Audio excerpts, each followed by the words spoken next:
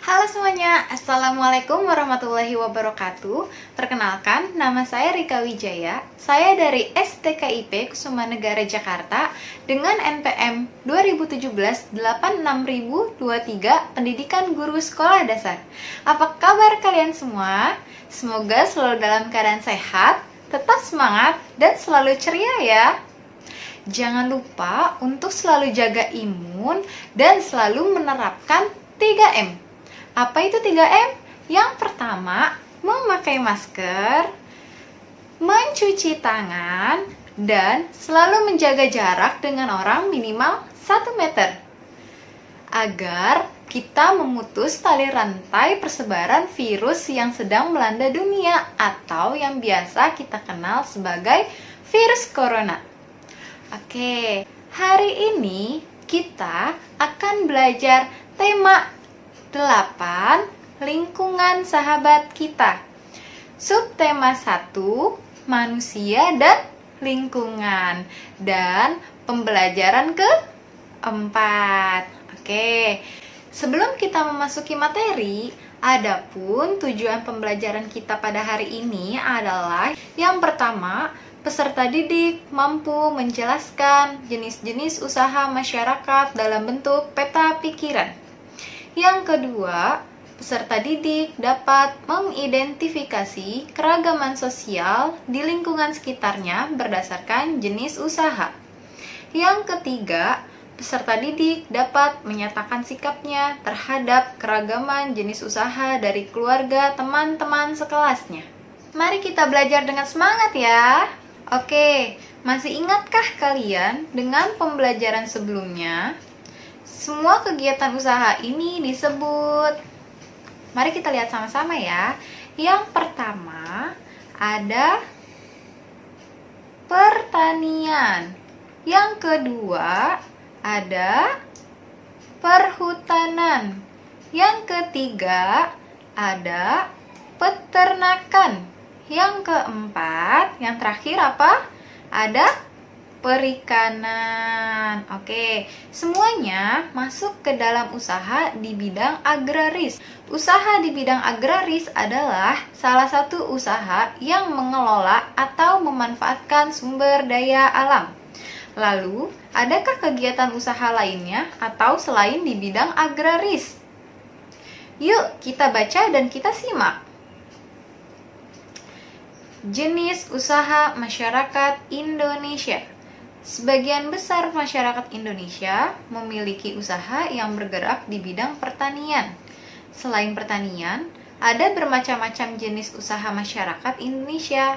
Jenis usaha itu ada yang menghasilkan barang dan ada jenis usaha yang menghasilkan jasa.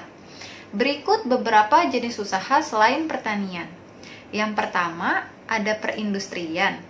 Industri adalah kegiatan memproses atau mengolah barang dengan menggunakan sarana dan peralatan, misalnya mesin. Ada industri yang mengolah bahan baku atau mentah menjadi produk olahan. Ada industri yang hanya mengolah bahan mentah menjadi bahan setengah jadi. Ada pula industri yang mengolah bahan setengah jadi menjadi bahan jadi. Ada industri besar dan industri kecil. Industri besar menggunakan peralatan, modal, dan tenaga kerja dalam jumlah besar. Industri kecil menggunakan peralatan, modal, dan tenaga kerja dalam jumlah lebih kecil. Contoh industri kecil antara lain perajin mebel, pembuatan tahu atau tempe, dan perajin keramik. Contoh industri besar antara lain industri baja, industri mobil, dan industri tekstil. Nah, di sini adalah contoh atau ilustrasi dari industri kecil dan industri besar. Di sini ada contoh dari perajin mebel dan industri mobil. Yang kedua, ada perdagangan. Perdagangan adalah semua hal yang berhubungan dengan kegiatan jual beli. Dalam perdagangan ada perpindahan hak milik. Pedagang membeli barang atau jasa dari suatu tempat pada waktu tertentu, kemudian menjualnya ke tempat lain dengan tujuan memperoleh keuntungan. Tanpa adanya perdagangan, setiap orang harus memproduksi sendiri segala kebutuhan hidupnya. Dengan adanya perdagangan, produsen menjual hasil produksinya pada konsumen. Barang-barang yang diperdagangkan antara lain bahan makanan, pakaian, hewan, barang elektronika, kendaraan bermotor, dan sebagainya. Lalu di sini ada contoh atau ilustrasi dari gambar kegiatan jual beli di pasar, juga orang belanja di toko swalayan. Lalu yang ketiga ada jasa. Jasa adalah segala aktivitas atau manfaat yang ditawarkan kepada orang lain atau konsumen. Meskipun tidak menghasilkan barang, seperti misalnya industri konveksi menghasilkan pakaian, usaha jasa memberikan pelayanan kepada konsumen. Contoh pekerjaan yang menjual jasa adalah guru, pengacara, dokter, montir mobil, jasa keuangan, pemandu wisata, dan sebagainya. Lalu di sini ada contoh atau ilustrasi gambar dokter sedang memeriksa pasien dan guru sedang mengajar. Nah, setelah kalian membaca dan menyimak, sekarang saatnya kalian membuat peta pikiran.